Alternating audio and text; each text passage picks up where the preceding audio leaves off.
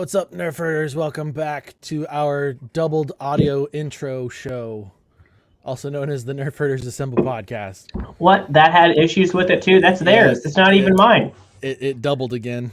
I could Gosh darn hear it. I could hear the audio twice. That's so weird. I don't understand why it does it. That's not even I my don't know. audio this time. I don't know. It was messing with me, but anyways, how's it going, guys? We have a bit of a different episode for you today because normally we try and broadcast on Mondays.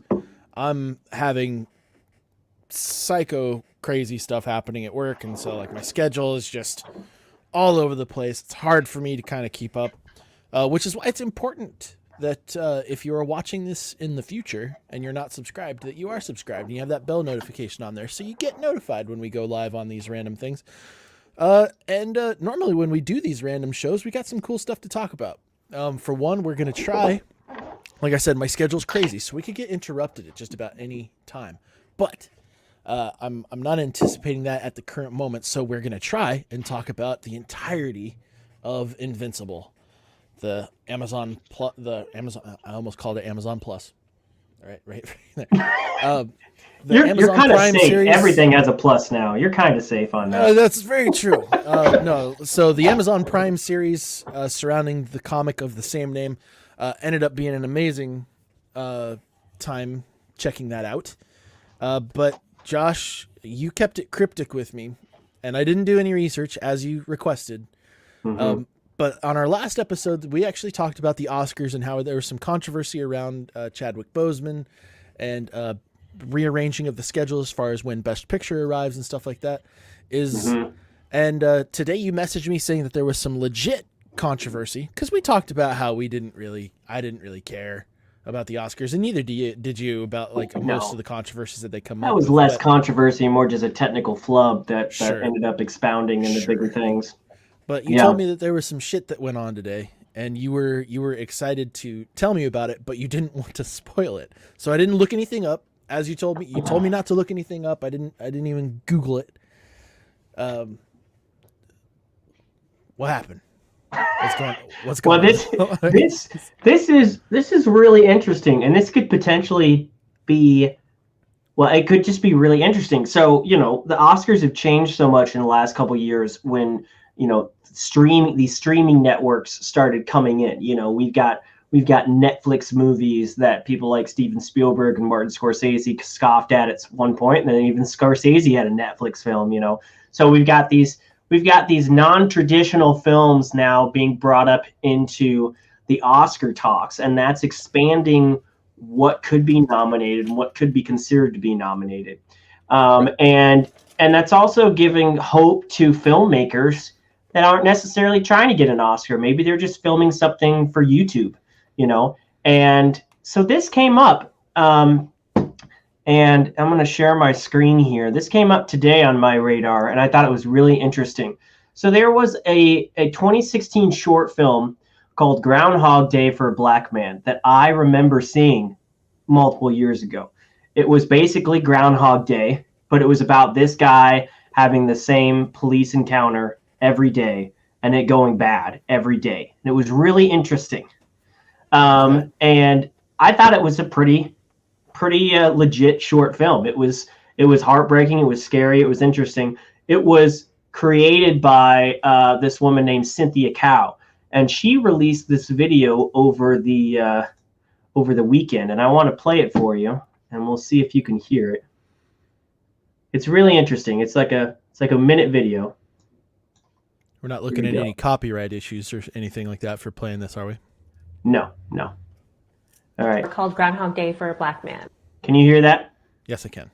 Okay, here we go. Let's see what she has to say. It's a minute-long video. 4.5 years ago, in 2016, I wrote and directed a short called Groundhog Day for a Black Man, which is about a black man who relives the same day over and over and tries different methods to survive a police interaction. Then, 1 year ago, after the murder of George Floyd, I got an email from Now This News. I like Now This News. They're usually pretty interesting. It said, "We've recently seen your short film, Groundhog Day for a Black Man, and found it very powerful. We would love to amplify it and share the message with our audience." They ended up posting it to their Facebook and their Twitter page. Then 1 year after Now This posts my short, Netflix puts out a short called Two Distant Strangers on April 9th, 2021, and it's about a Black man who lives the same day over and over again and tries to survive a police interaction. It also got nominated for an Oscar. This hit me when I saw in the opening credits in association with Now This. This past Sunday, Oh, they just won an Oscar for that short, Two Distant Strangers. And I don't know what happened. I'm not making any assumptions. 4.5 years ago in 2016. So, what the fuck? so Jesus coincidence or dude, that is so blatant. oh my Like, gosh. shit. That's just That is the most obvious form. I mean, God, it's tough to call it plagiarism. Okay, so that is the thing, right? She's not the first person to create a Groundhog Day property. Yeah, that's kind of my issue. It's like, it's like we're talking about. We're talking about something. I mean, first of all, it's definitely bullshit. I want to get that out of the way right off. Absolutely, it's absolutely bullshit that happened. But as far as calling it outright plagiarism, without seeing the two films, it's tough for me to make some. But I mean, the basic I want to call it plagiarism. Now, to her credit, she didn't call it plagiarism. She didn't even say anything. Didn't. She released this video, and we've got two camps on the internet right now. One camp is comes down to the true definition of plagiarisms. Like, did they do exact scripts? Are the police interactions the same each time? Like, is it specifically around him trying to survive a police interaction every day, or is it the second one, the ripoff one? Is it basically the exact same plot, or did they like try and transform it enough to where they could claim that it's not like that? It's the same plot. It's the same plot. The film examines the death of Black Americans during encounters with police through the eyes of a character trapped in a time loop that keeps ending in his death, which is the exact same. Now, I mean, yes, there are people saying, well, she's not the person that invented Groundhog Day. Andy Samberg had a Groundhog Day movie last year called Palm Springs, which I absolutely love. But this is a little more. I can't call it plagiarism based around the Groundhog Day concept, right? And I don't think anybody is. Like we said, that's been done, and I mean, they're even using it in their description of the film, right? So I mean, that's not exactly explicit in right as far as like ripping somebody else's idea. There's another word for it. It's a slang term for basically stealing. Like, comedians use it a lot for scalpers. Yeah, I have heard that term. I don't know if it necessarily applies in this situation, but I think it would technically. I mean, it doesn't help that now this did it. You can't make the claim off of just that, but it's like you said, the fact that now this was associated with it. Like, first of all, they had the balls to put that name on it and not have it run through some like parent company or some shit with like a different name. Didn't even try to hide it. Like, they were just like, you know what? Like, it's almost like they're saying, like, you can't do anything about this. We're gonna, like, this is just, it's gonna happen, and fuck you. Like, that makes it so much worse. Like, it's bad enough that the idea is blatant. It's bad enough that the idea was ripped off directly. The only reason that I would be the only reason that I would like double back on my statements that I'm making right now is if now this like posts receipts showing that they paid her to redo the concept or something like that, and she's just like she's just trying to like gain some. Like, she's just trying to get some views or something. But that would be, first of all, that would be the absolute worst career move in the world. So that's such a crazy hypothetical that will not happen. Like, I can understand now why, I absolutely understand now why when you were messaging me about this, you were like, as a aspiring filmmaker, I want to know what your take is on it. And my take is I'm fucking pissed. I imagined you would be. That is fucking bullshit. like I'm laughing because I can't like comprehend the balls on now this is legal department for pulling some shit like that and not thinking that it would like. So is this blowing up, or like is this like a niche story, or is this actually like, or is like people actually losing their, of all the things I would want Twitter to get on their moral outrage high horse and destroy and cancel somebody over, it would be something like this. It's blowing up on Twitter, but Twitter's a drop in the ocean type thing. There are more stories picking it up over the weekend, but it did drop over the weekend. So I want to see if it's like outright trending at the moment. I doubt it's trending. Oh, come on, man! If this isn't trending, I'm gonna be fucking pissed. If this is not trending, and like a dude getting booed for hitting a home run at the MLB, that's the number one on trending right now. Alex Bregman hit a home run at Yankee Stadium and was showered with boos. Who the fuck cares? Yeah. Like, I don't give a shit. So, I mean, I would understand if Now This and Netflix were like, this is a great concept. We want to get better actors, a little bigger budget. We want to make it a little longer. They could have at least said, based on the story by Cynthia Cao, they could have at least gone to her and been like, we love this. We want to make this up, and we want to get some more talent behind it, but we want to give you credit. The fact that they asked her to post if they could post it, and then a year later come out with their own version of the exact same thing with a different name, that's sus. That's major suspicious, man. It doesn't look good at all. It's just not cool. So what? I can't even find the story on Twitter right now. It's that. God, that's upsetting. And here's the thing. Upsetting. And there's a lot. I'm looking. If you just search Cynthia Cao, you can find it. I'm seeing a lot of supporters of hers. I'm seeing people saying, "Oh, she doesn't have a copyright on Groundhog Day." Like they don't understand that there's more at play than just the Groundhog Day element. And then I'm also seeing other people who are going the extreme route and saying, "Good, she's an Asian woman making a story about a black man's struggles. She shouldn't get to be a part of that talk," which I think is 100% bullshit. That's such a weak fucking. It is a weak thing. She did a short that resonated with a lot of people, and it doesn't fucking matter what her nationality is. If it was a good short and it had a good message, who the fuck cares? I think they're just trying to find excuses. But I'll be interested if anything comes of this, because it's way past the coincidence level. How do you spell your last name? Her last name is Kao.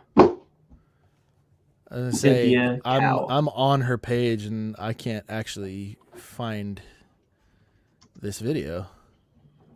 Did she take it down? No, the video's on her TikTok.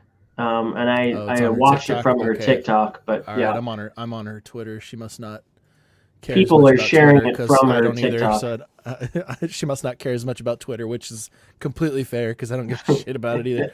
Yeah. Twitter's always the first place that I go to because for news, at least, if I need to look up a story that I don't understand, Twitter will probably be freaking out about it. Otherwise, I just end up Googling. Yeah, I'm just gonna Google it and see what comes up. Okay, yeah, right off the bat. So, like, you got this person. I really want to see what Now This is saying. I don't think they're saying anything. If they're smart, they're not saying anything. I wouldn't respond to it if I'm getting called out. So. It's a generous headline to News Now, to Now News that Inside Hook is giving them. Did an Oscar-winning short film borrow elements from an earlier work? Borrow? It's not even a full year. It's not even a full year since they reached out to the creator, asked to share their video, and then within that year came out with their own. That's weird, man. Now, the only thing that I could say that would take me back from this is if the creator, Trayvon Free, came out and said, "Fuck all of y'all. I did this film 2 years ago, And Now This and Netflix just approached me this year and picked it up and submitted it for Oscars. Then I could say, yeah, maybe that's the case and it's an odd coincidence. But it doesn't look right that Now This put their name on it right after they shared this original video. It looks weird. And if it turns out that Now This, contracted Trayvon Free to make their version of it, then it really doesn't look good. If they commissioned this man to make their version of something that they liked and then plastered their name on it, don't look good. So I don't really care that the best picture went third this year instead of last, but I think this is a legit story that I'm really intrigued about. This is nuts, man. Holy shit. Especially since I remember this video and I thought that it was interesting 4 years ago. And the fact, I haven't watched the shorts that were nominated this year. But I do remember the one that, she's claiming that they stole from or that they borrowed from her. Well, she's not claiming anything. She's just saying, these are the order of the events. So, yeah. Yeah. God. Interesting story. So, Jesus Christ. I don't know what to do about that, man. It's so weird. I saw an argument here that somebody is making, and honestly, it's the news story that's quoting it. And out of the hundreds, if not thousands, of comments that are showing up on this thing, like that's one thing that I hate about news outlets now is that they're including screen caps of Twitter comments now. Be like. Oh, it's even worse when they screen cap Reddit. Man, it's horrible. How can we go worse than Twitter? Let's go to Reddit. I just don't understand the value that journalists think that they're gonna have. It's like, oh, this one person whose Twitter is normally filled with like tentacle porn and like fake and other fake news just commented about this plagiarism thing. It's not plagiarism. Bill Murray did it first. Oh shit, you broke the story. Holy fucking crap. I would have never guessed. Like, I hate when news stories do that shit. Yeah. I can't vibe with that. But the fact that so obviously this filmmaker isn't saying it's like, oh, it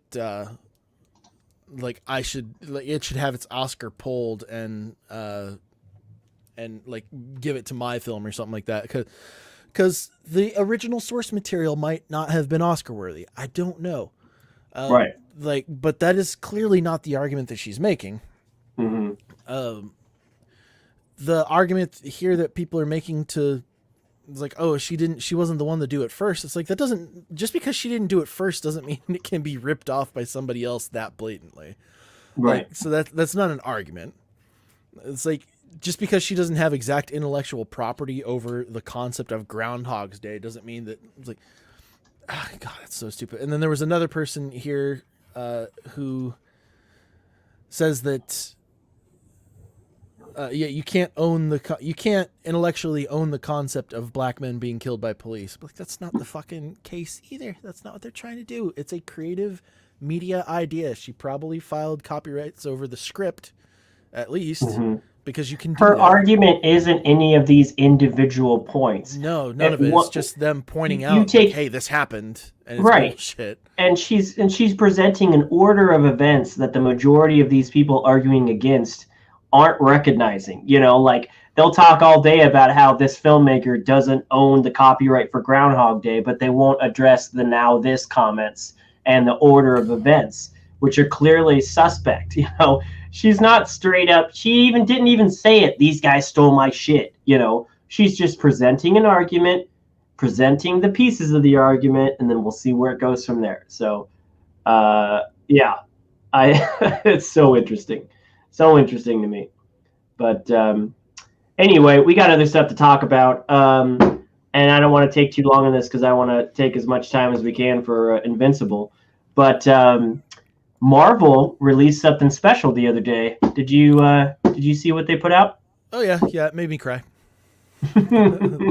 So I would have normally, like, this is why I need to like have a camera on me every single time I watch something that Marvel like officially puts out, because you never know if it's going to be like a behind the scenes thing, or if like, or just like a promo of stuff that we've already seen, or if they're just going to completely release like brand new shit. Mhm. If they had run the ad just showing footage with some like epic music and stuff like that, it probably wouldn't have had that effect. But they fucking added a voiceover of Stan Lee on top of it. And I'm just like, Jesus fucking Christ, Marvel, you're killing me here, man. Like, Did they cut some type of deal that they just get rights to like anything he's ever said? Because like that, I mean, it's a great speech and it really works with the story that they're saying. You know, let's get back to the theaters together. That's not what his original speech was about, but good on them for finding it and being like, oh, hey, this could work. I know that there has been some fuckery between the company Marvel and Stan Lee himself. There's been some legal weirdness in the news about that. As far as I'm concerned, though, the effect is only putting more and more people on the side of Stan Lee himself. Mm-hmm. It's like, yeah, that's the speech that he was giving wasn't exactly intended for what they used it for, but I still find it to be something that paints him in a positive light. Yeah. Still, I hope that his family is being treated better, because unfortunately he is now no longer with us. I would hope that the people who do have, like, I assume the family members of his that do have, I hope they have some creative control over how the stuff that Stan Lee owned at the time is portrayed. But that's talking about the comics proper. I don't even know if Stan Lee actually still had ownership of that at all, or if he pulled a George Lucas and he sold it off and just stayed involved. Sure. But yeah, as far as what he says, I don't know about the legality there, but the speech, like the way that they put it in the video was great. It was cool seeing some some hints of Eternals. Looks a lot different than what I think a lot of people were expecting who aren't familiar with the Eternals characters. I am not. So I had a completely different picture in my head based off of concept photos that they had released. Right. And then you see that it's a little bit more earthly than it originally looked. Which apparently the director had that in her contract, that it would be more naturalistic. And props to Marvel and to Kevin Feige. I mean, holy shit. You can't get a bigger win than the person who just won Best Movie, Best Director, and Best Lead Actress. That director is now directing a Marvel film. That is crazy. Like, way to score somebody that's just coming off a huge win. I mean, Marvel knows how to pick them. I mean, and yeah, they do. That's just a testament to the success that they've had so far. Is just like they've got that kind of pull now.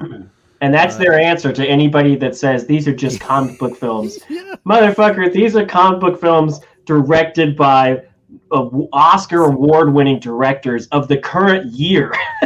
So you have no argument. Yeah, the trailer was excellent. What'd you think about the name changes for a couple of the films? Because Black Panther 2 is now called Black Panther: Wakanda Forever. Yeah, so we got Black Widow. We got Black Widow. They started doing the timeline thing. We got Shang-Chi. I really liked my rewatch of Shang-Chi, of the Shang-Chi trailer. That looked really cool. And then this was Here's the great. Eternal stuff. We got that sexy sword. Look at that. That is neat. That's it's like see-through, like transparent. Dude, it's glowing. I play a lot of Warframe, and it reminds me of a Warframe weapon, and I was just like, I'm on board. All right, Space Ninja shit. I hope that's how this is gonna go. Like, I have no idea what that's about, but they look cool. That's gonna. Whatever. What are they standing in front of? Because that's just gorgeous. It just looks great. I have no knowledge of the Eternals. I'm not gonna read up on it. And then I kind of want to. I want to Because every time like there's something like this, the Marvel Unlimited subscription has a bunch of comics that they can throw at you to kind of get familiar with them. I kind of want to do it now because I don't know shit about the Eternals. But yeah, now they're just running through the names. But yeah, Wakanda Forever, July 8th of next year. So we're a little over a year away from there, and we know I don't see that happening. There's no way in hell that's happening. I mean, I think it's ambitious, but they haven't even started production on this, and it's supposed to come out in a year and 2 months. Are you serious? Do you think that'll happen? Man. Marvel money. I guess. Marvel money. I guess. It's a great title, though, and that's a great title. What workup or font or whatever? It just looks great. The font layout is pretty cool. It looks nice. And it's almost kind of like like the title's almost a testament to Chadwick. Chadwick Boseman. It's a very smart title. I don't think that was the original name of it, obviously. I don't think it was either. That's a good choice. Completely different. It's a good choice. And then it's only further compounded by the fact that they are not recasting him. I know. And we had some cast members. Go ahead. There was a fan poster not too terrible long ago. Is that what you were going to pull up? No. Did you hear? Okay. There was a fan poster for this. Fan poster. So it was a rumor that went around that it was that Michael B. Jordan had posted it himself, and that it was supposedly the. God, I gotta find it here. I don't. Oh, is it this thing? Because it was fake, but it looked so cool, and it was, and I'm hoping. It this? Yes, yeah, it was that.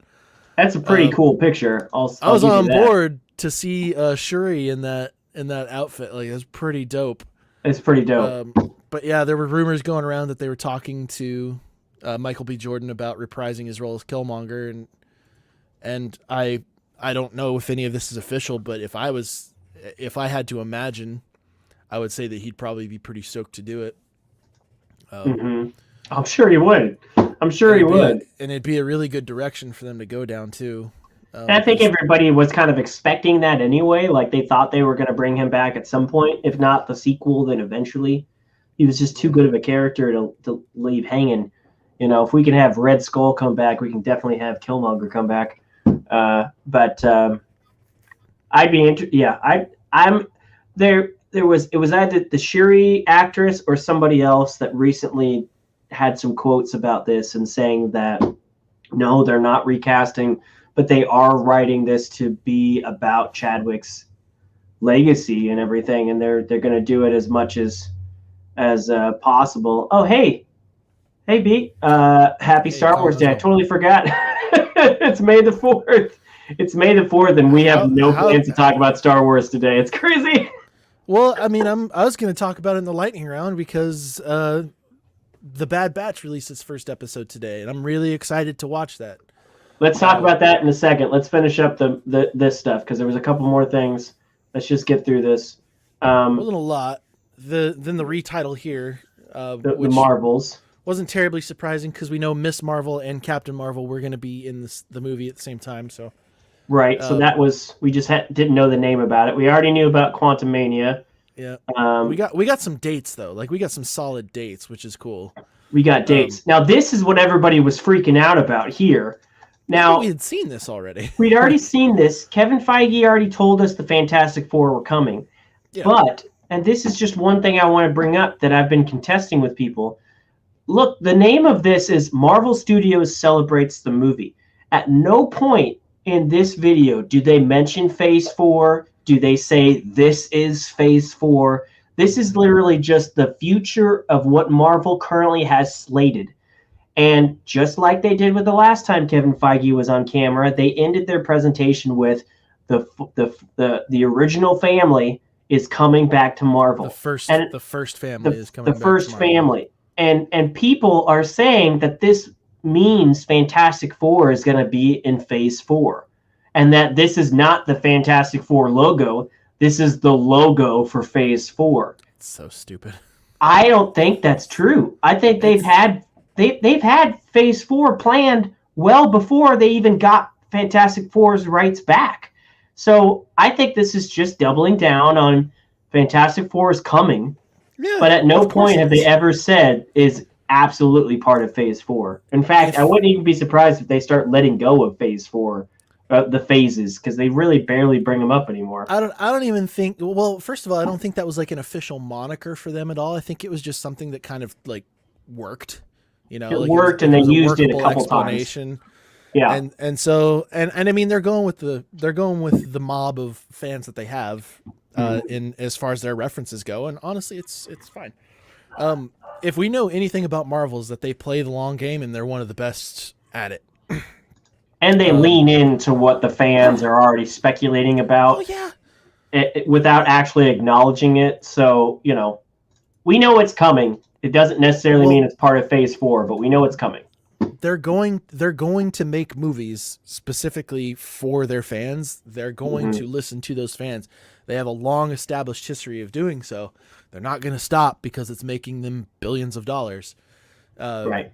Like they're not going to first of all, they're not going to put together a graphics package for a phase for the first time right after teasing the first family is coming. Like it just doesn't make fucking sense. There's a reason it didn't have a date on it, because it's in the future. They still don't know. Like they we haven't even gotten full casting announcements yet. Like, right. There's so much information that we don't know yet. So I mean, just that's kind of hilarious. But before we jump into Invincible, I know you want to talk about this. Well, I don't have much to say because, like I said, I've watched trailers and stuff like that, and it's given us some good info, but not anywhere near around plot. I'm really excited for this one because it's like the first bit of new Star Wars content that we will be getting since the end of Mandalorian. We got some dates recently for some of the Star Wars series that are releasing on Disney Plus. Right. Recently as well, which is really cool. Show schedule, Star Wars show schedule. Yeah. So yeah, we've got the Bad Batch coming on May 4th, and then December of this year we have the Book of Boba Fett. Rangers of the New Rogue Squadron is pushed out way farther than I was expecting it to be. Right. That's December. For some reason, it got like a specific date, and that was December 22nd of 2023.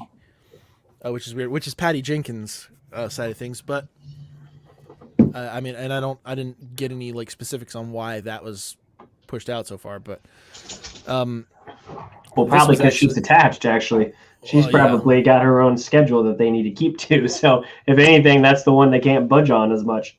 Yeah, probably not. But yeah, there's a lot there. Well, like you, I haven't seen Bad Batch yet. I had to work today. I was so tempted to get up early and watch it because you know me, I like to do that first thing in the morning. Well, we've got a 70-minute premiere for it too. Yeah, which is cool. I'm watching that with dinner tonight as soon as I'm done talking to you. So, I can't wait. I hope that I can watch it tomorrow.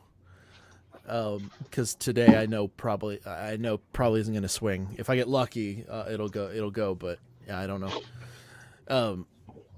But yes, I'm very excited for Bad Batch. It was easily one of the best concepts for them to choose to do like a Clone Wars spinoff of.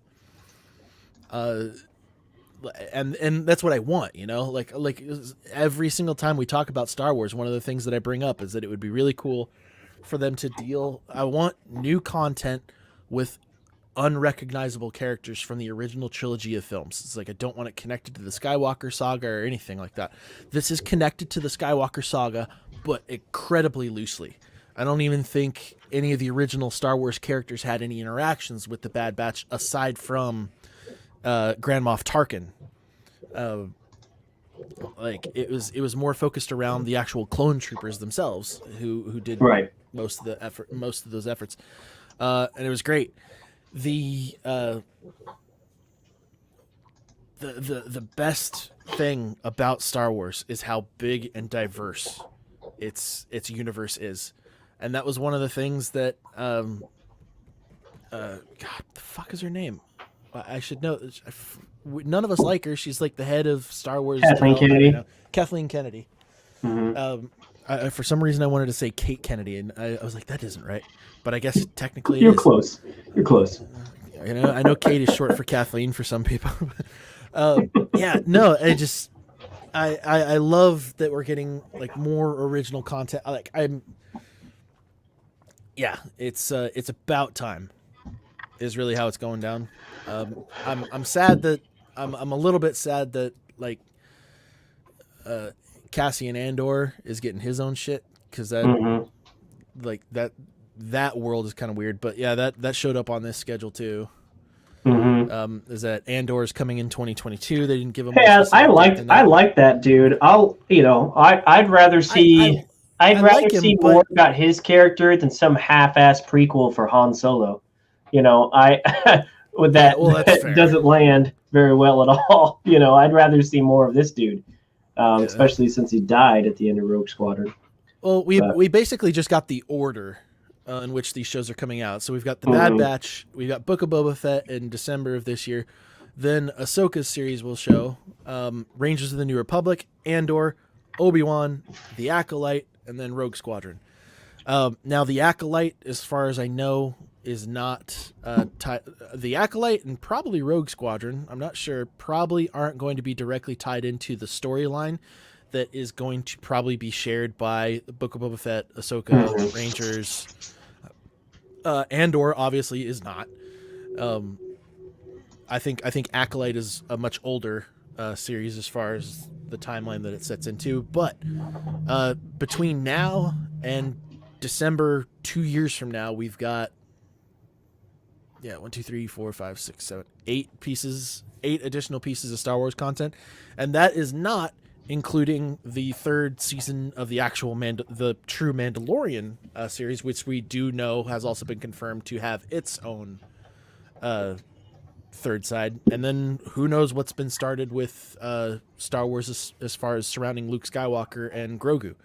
So there's a lot here, and it's a great time. It's a great time to be a Star Wars fan. Not to mention that Jar Jar Binks show that they confirmed. That's going to be a game changer. Yeah.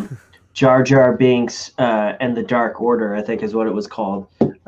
So can't wait for that. I'm pretty sure it's about his Sith origins. George Lucas himself is coming in to direct. It's going to be killer. It's going to change the game. No, I'm shocked that you were able to keep a straight face for as long as you did. I was like, Jesus, he's really milking this joke. Anyway, may the 4th be with you. May the 4th be with you. We should have had a whole episode on this, but honestly, we weren't even going to be able to do this today. We're on limited time. We're on borrowed time here, and we got to talk about Invincible. Star Wars all fucking day. Yeah, we could talk about it all day. And trust us, we're going to talk about it more. We're going to talk about it next week. We'll talk about Bad Batch for certain. But we need to talk about Invincible. So let's fucking talk about Invincible. The finale came out last week, and I'm telling you, the balls on this show to go up against a Marvel property, knowing damn well that more people are going to be talking about a Marvel property. I mean, Falcon and the Winter Soldier was coming off Wakanda, was coming off WandaVision. They were trending most of the weeks that they were had episodes. Invincible wasn't trending at all, and I think by the time the finale came around, it started building word of mouth. And now that season 2 and season 3 have been officially confirmed, it's definitely gaining more attention now. But holy shit, if they didn't go balls to the wall for their first season, I mean, they held nothing back. And this is an amazing fucking show. It's so good. It's so good. I was a late bloomer, as I normally am when it comes to new shows, and I have you to thank for yet another amazing television show to watch. But I don't blame you, because I didn't have any plans on watching it either. It was literally like I had nothing else to watch. Amazon wouldn't shut up about it. I needed something to fill 30 minutes, so I threw it on. And then by the time the first episode ended, I was like, holy shit. Dude, This is amazing. The first episode did not have me at all until the finale part of that episode. Right. Like I was watching this, and like I think I talked about it in a previous episode. It was just like it seemed like it was like geared towards teenagers. It seemed like it was going to be something like that. And then they like instituted like kind of like a few more adult language, and it's just like, oh, okay, I guess they're just free range because they're on a It's Spider-Man with a potty mouth. Yeah. It wasn't anything groundbreaking. And then you have just this. You know what? Fuck it. We're talking spoilers about this show. First of all, you should watch it. Okay, go watch it. If you haven't seen it, you can burn through it pretty quick. They're 30-minute episodes. The last one is a little bit longer. But oh no, they're not 30 minutes. They're like full on. No, they're full hours. Yeah, they're full hours. Yeah. But yeah, I mean, it's not 8 solid hours. You're looking around 45 minutes an episode. Right. It's your normal programming for an hour television show. Go and watch this show. 47 minutes. Yeah. Go and watch this show. It is amazing. I cannot recommend it enough. And honestly, I enjoyed this show more than I enjoyed Falcon and Winter Soldier. I'm gonna put it above that threat. I enjoyed it more than I enjoyed WandaVision as well. Okay. Which is it certainly had the best finale out of all three. Oh, it had the God. most bombastic finale. so let's. I'm not going to go through every single episode because I don't have that kind of time. No, But and we already talked about this a little bit last week, so we don't have to. Like I said, it didn't have me gripped, and then the finale. You know what? We saw the parallels between the Guardians of the Globe and the Justice League. We saw. Like it is impossible for superhero media to not emulate established superhero tropes at all. It is impossible to be immune from comparisons to DC, Marvel, Valiant, or Dark Horse. Like Sure. It is impossible to not have that happen. Of course, when you do it on purpose, I think a lot of this was on purpose. Of course. One dude was meant to look like Batman. The Omni-Man is meant to be Superman. That's the big thing. Is like if it's absolutely unavoidable. So the best route is to lean in, and that's exactly what these guys did. They're like, you know what? Like we can't avoid it. So, I mean, we're just gonna fucking go for it. An absolutely awesome creative concept. My favorite fucking thing about it, and my favorite thing that we're seeing more and more with streaming shows, is that we don't have an intro sequence. I don't want to have to watch a show where I have to skip a 5.5 minute intro or something like that. I don't like having a skip intro button on Netflix for shows that shouldn't need it. It's like just skip it for me. This show does that. You know what? Its title screen is what, 3 seconds long, maybe. Yep. Every time they say his name, Invicible. Just long enough for them to splatter more blood on the title screen. That's as long as it takes to actually watch the damn thing. Loved that. I loved that each additional episode just got considerably bloodier on the title screen, just to kind of like just for kept that the blood from before. Toss some more on there. It's got the best friend who finds out about his secret. It's got the best friend who finds out about his secret identity, and it is hilarious. I loved William's character. He's a great comedic. I'm a little upset that we don't get more of him. Which is the reaction that you want from a positive impact. You want the audience to be left wanting more. When you are building a show specifically to have multiple seasons, you want that effect. You want to play it right. Like you want to give them enough to be satisfied, but you want them wanting more. So he got an episode where he had his own little character arc. They made it awfully obvious in the beginning that he was gay. I guess they didn't think that we'd be able to pick up on it. So like there's a couple like overacting moments where like he just makes where he makes it very clear that when he talks about Mark being straight that he is not. And it's just like we get it. I got it. I like your character already. You don't need to like maybe they just did it for the people in the back, I guess so. It's like you don't need to spoon feed it to me. I can handle a character being gay in a television show. It's just So that was like a small complaint that I had. And then he had the romantic entanglement versus having a secret identity and having a responsibility. You didn't get the with great power comes great responsibility talk quite like you do in other shows, but you did kind of get it. Right. Nolan made it clear. Although the reason that I say that it wasn't quite the same is because Nolan having that talk with him about, hey, we're Viltrumites, we have responsibilities that other people don't, was not actually geared towards saving people. It was geared towards the ultimate reveal in the end of the episode, which I fucking called, by the way, after we talked about the episodes and we were like waiting on a finale. And we decided to cut the camera. If you watch our last episode, we actually cut the cameras off. We ended the show because we didn't want to talk about it on screen. And you said that we didn't know what his actual motive was. I was like, yeah, we did. He fucking made it pretty clear. He's there to conquer the damn place. And that turned out to be exactly what it was. And in the most brutal, ridiculous fashion is Nolan Grayson going to fucking conquer this planet. And that was another thing that I found funny, is that their last name was Grayson and they're flying. The show is full of that. It's full. You could dissect the show. Like it was all clever stuff, and I loved that. That was my favorite part about it, is that it wasn't like, it wasn't tongue in cheek, you know. It was like, it was witty comparisons to that stuff. Yeah, it was great. And you got all of that in one season. One solid season. 8-episode season, not 24 seasons, or not 24 episodes where 10 of them are good and the rest of them are filler bullshit. 8 episodes, 8 strong episodes, and you got all of that jam packed in there.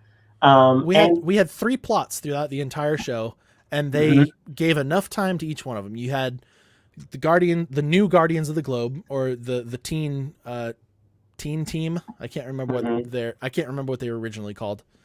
Something. But you had that side plot.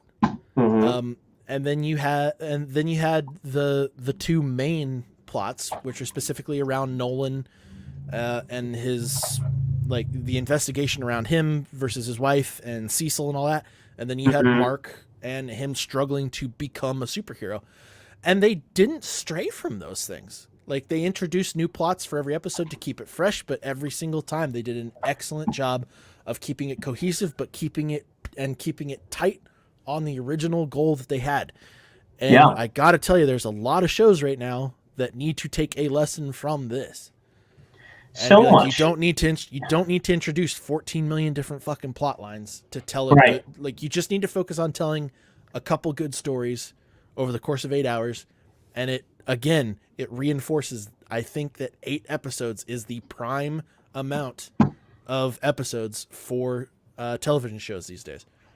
It's a solid round number that gives you enough time. And if you think that they didn't played it safe, if you think they played it safe and didn't go into deeper story where they could have, wait till the last 5 seconds of the finale, when they kind of give you a recap of all the villains that you got introduced to in this season, and you realize they covered a lot of ground. There was so many things that happened this season that I forgot about, because clearly this is the A story, you know.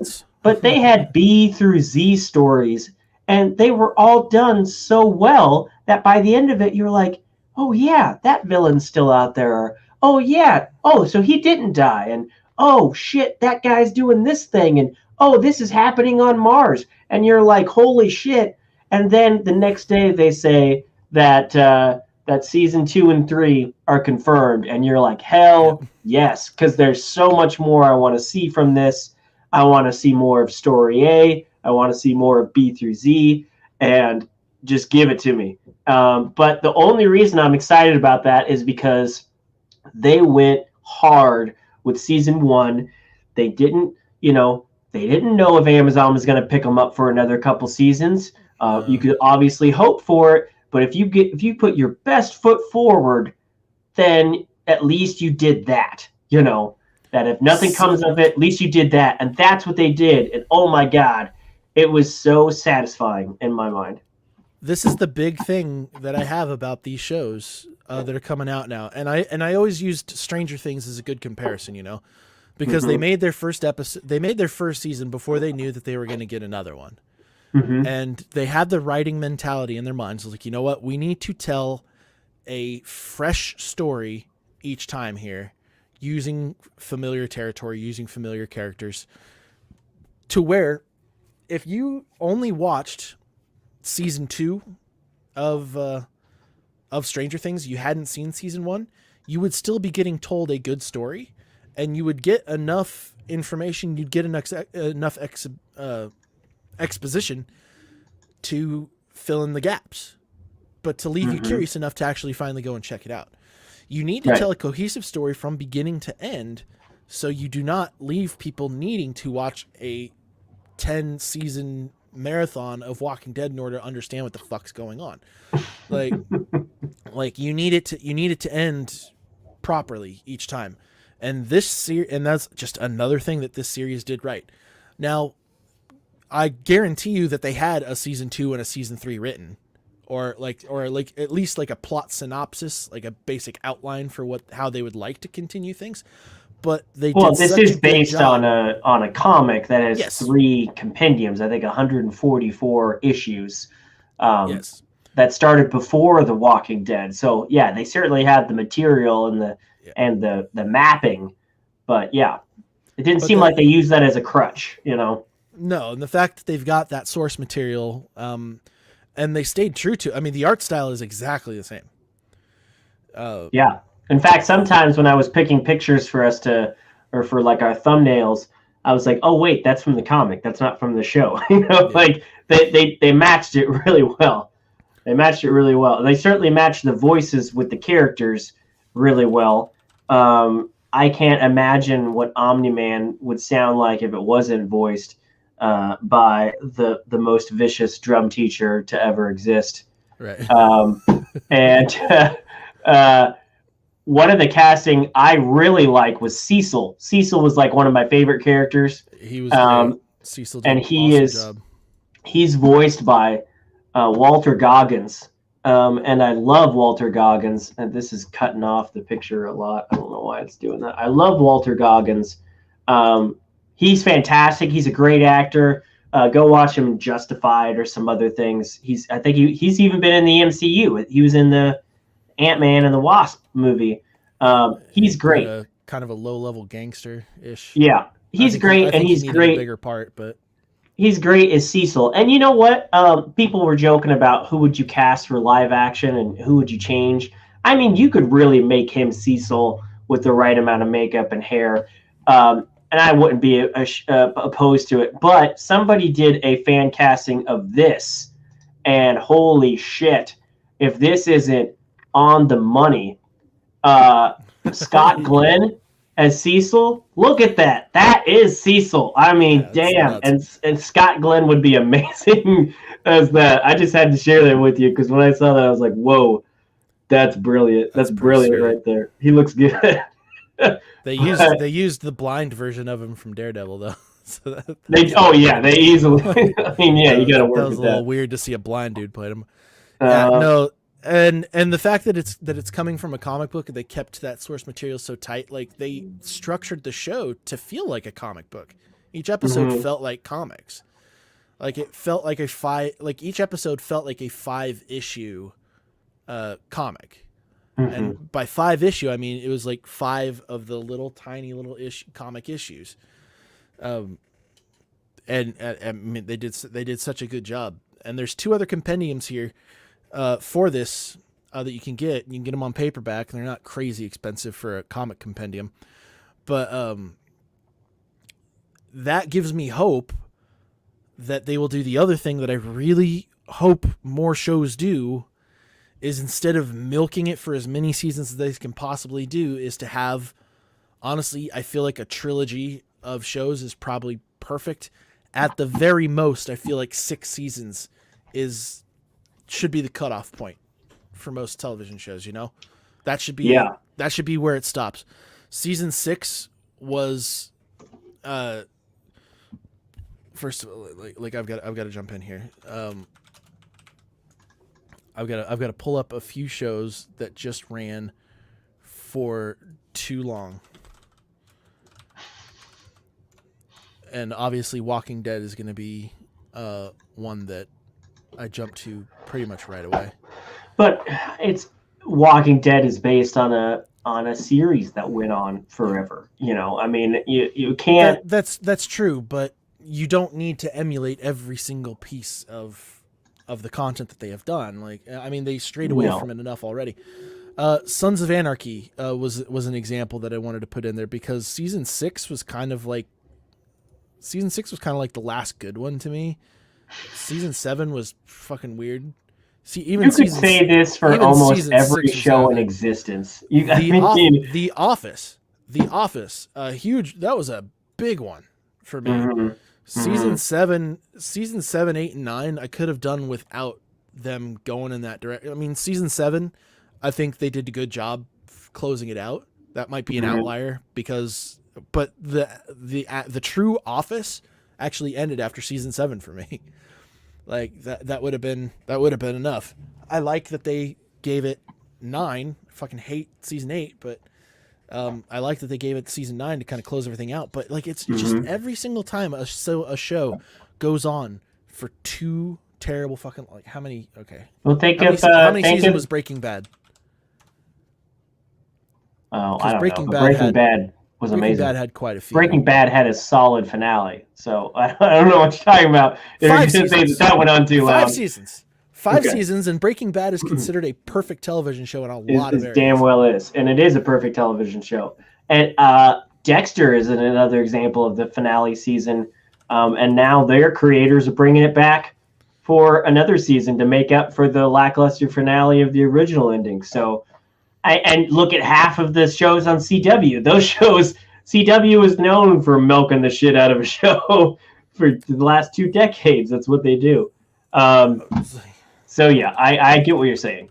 But to be fair, when you were talking about Invincible, it had 3 compendiums. This season did not go the course of the full first compendium. There's 25 volumes, individual volumes of Invincible that they shrunk down into 3 mega books. Those compendiums, like for example, I have these compendiums for The Walking Dead, right? Each one of these books is 4 years of content. So there's a lot.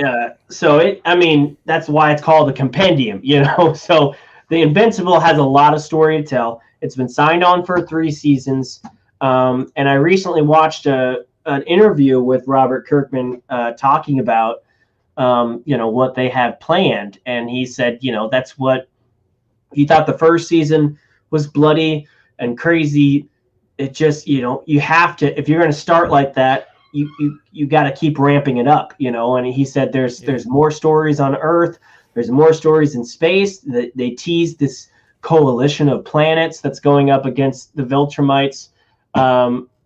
It's set up for a lot of great stuff, and I can't wait for it.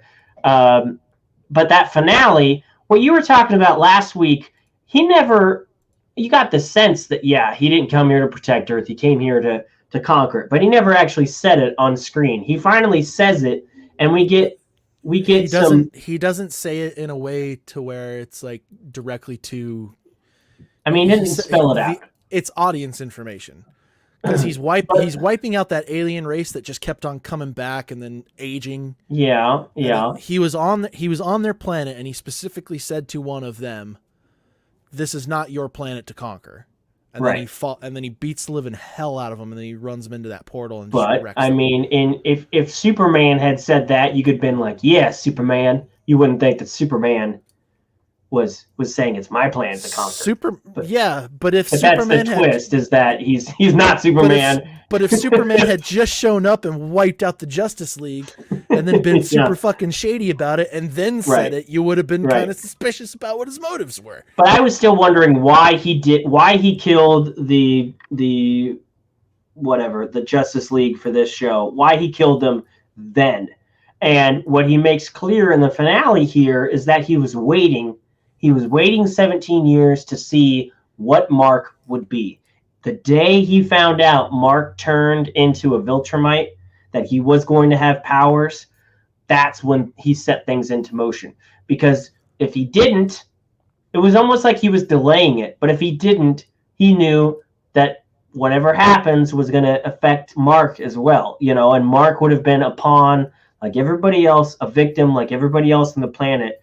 And it seemed like he was waiting as long as he could to see if Mark was going to be like him or not. And now that he wanted Mark to join him in preparing Earth to join the Empire.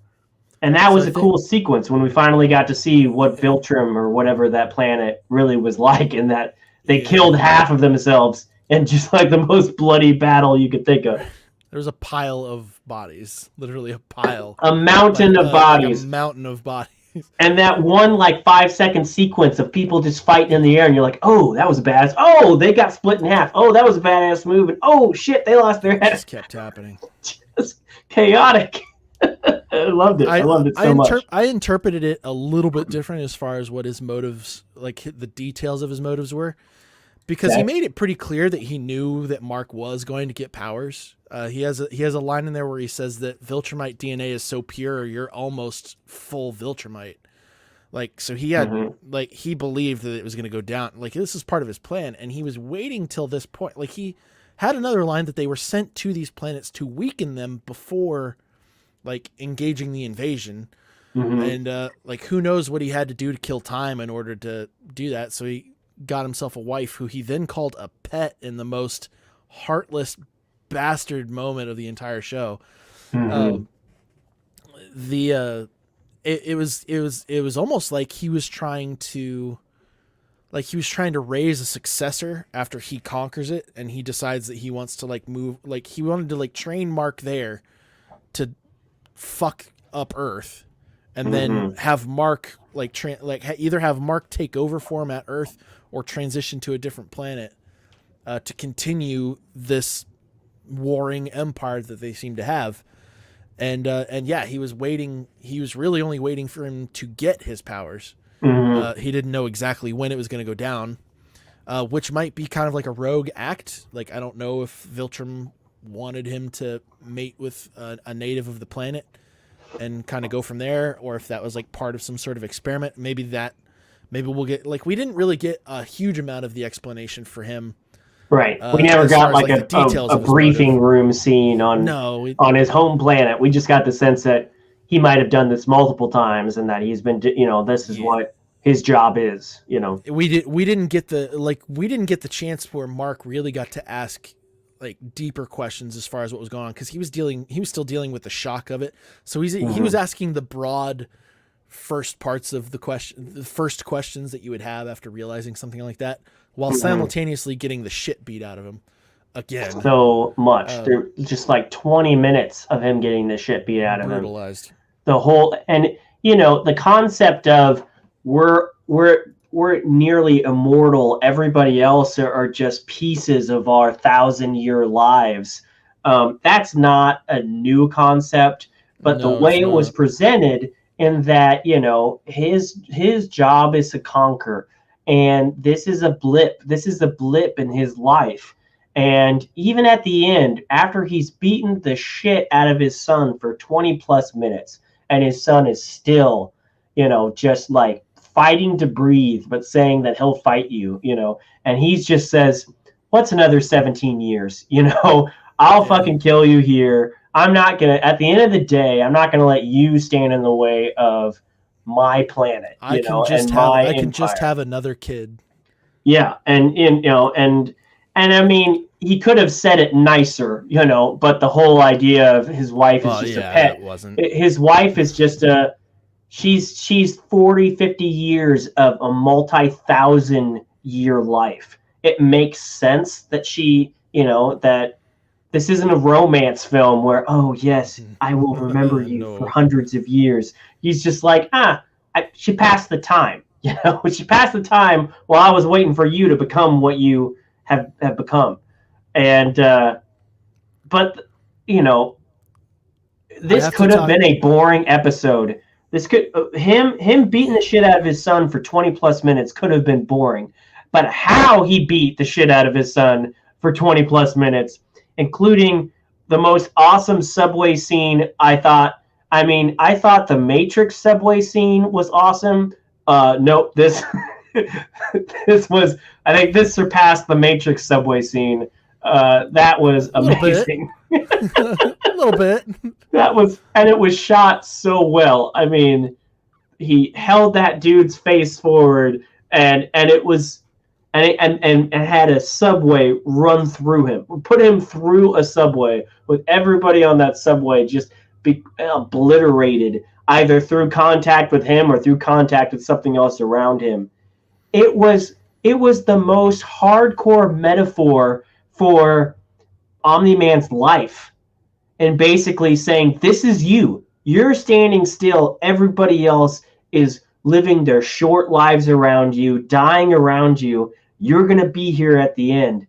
It was gorgeous in execution, and I loved it so much. It was the most brutal part of the scene because it was literally just like his last effort to get him to stop caring about all these people, and he did it. And I mean, all credit to J.K. Simmons because he fucking sold it so well.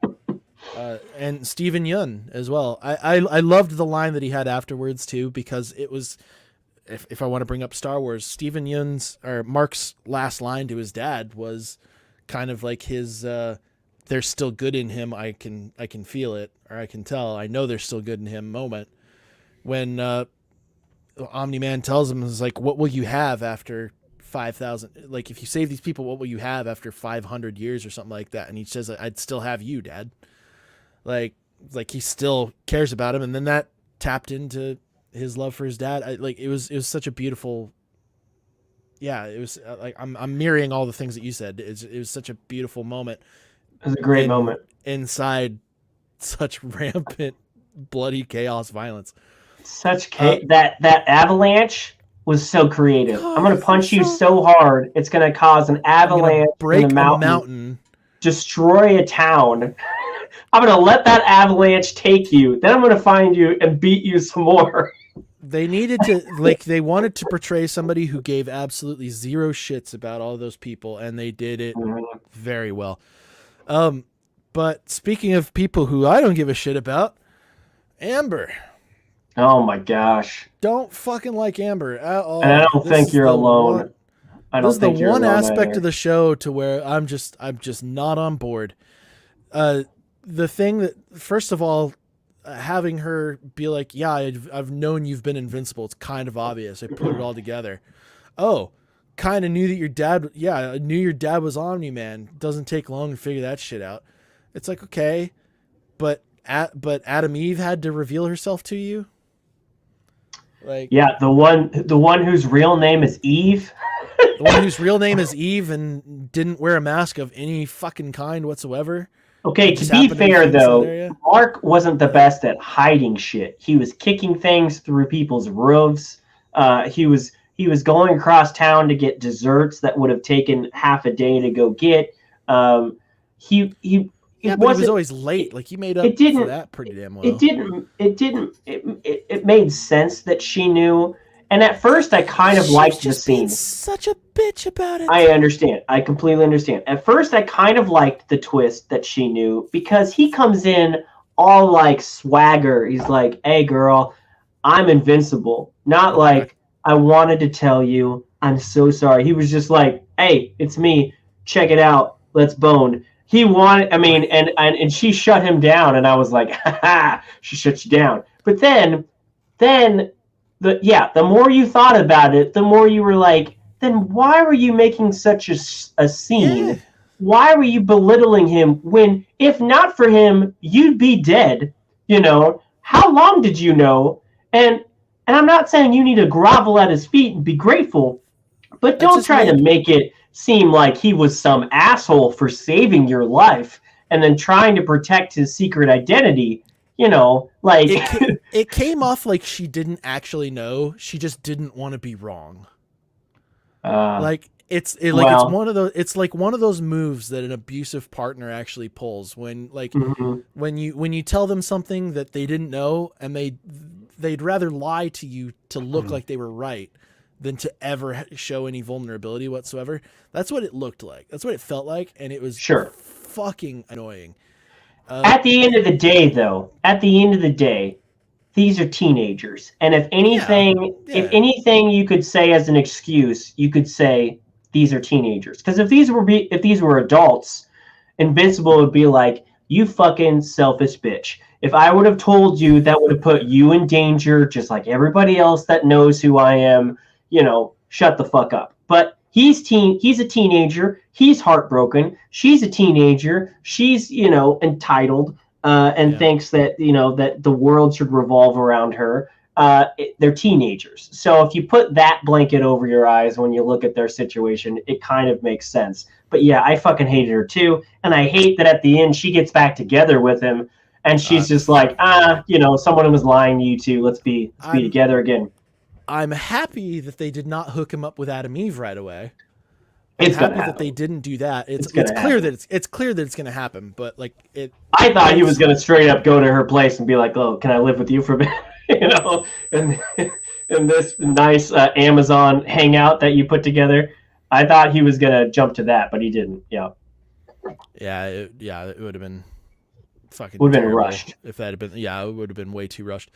They're taking their time with it, which is good, and that's what I'm happy about. But I have reached the max of my time that I can chat about this. That's fine. We knew we were limited either. We went 11 minutes over. I'm stoked about what's coming forward. I can't wait. And yeah, and We've got, I'm also stoked. Today I got confirmation that I am going to New York Comic Con this year in October again. I got my nice. contract. I signed it. I'm so stoked. And I hope Have that you they have an Invincible panel there because I will definitely be in attendance. have you picked your crew yet? Is that is it too late for me to get on board to work your booth? If you want to talk about it, we can talk about it. We'll see. We'll have to talk about that on another day. But yeah, absolutely. Absolutely. I'm stoked for you. That's awesome. It's nice. Things are opening up now, so I'm hoping that by then we're at a much more comfortable level than we are now. Yeah, yeah. And things go well and things stay safe. Mm-hmm. But Oh, agreed. We'll talk about New York because I obviously had some questions today for them about, hey, how are you going to do this? And they had some good answers, and which excited me. So, yeah, I'm not dumb. Just because I got the shot doesn't mean I want to go to and hang out with the crowd. So, I wouldn't but assume. yeah, I know. But I know you got to get going. So, may the fourth be with you, buddy. And may the fourth be with you, Nerf herders. Thank you for watching. Thanks for tuning in. We love seeing comments. So hit us in the comment section down below. What did you think of Invincible? What did you think about the blatant plagiarism about what was the show called? It was Two Like Strangers or something like that. Or Two Distant Strangers. Two Distant Strangers. What did you think about that? Perceived plagiarism. We're not sure just yet, but it certainly looks bad. It's awfully perceived. It's quite perceived plagiarism. Yeah. What did you think about that? Hit the like button if you like this video. Hit the dislike button if you didn't. Be honest, we can take it. Hit us up in those comments below. Check us out on social media. And until next time, we'll see you later. Subscribe. Bell notification.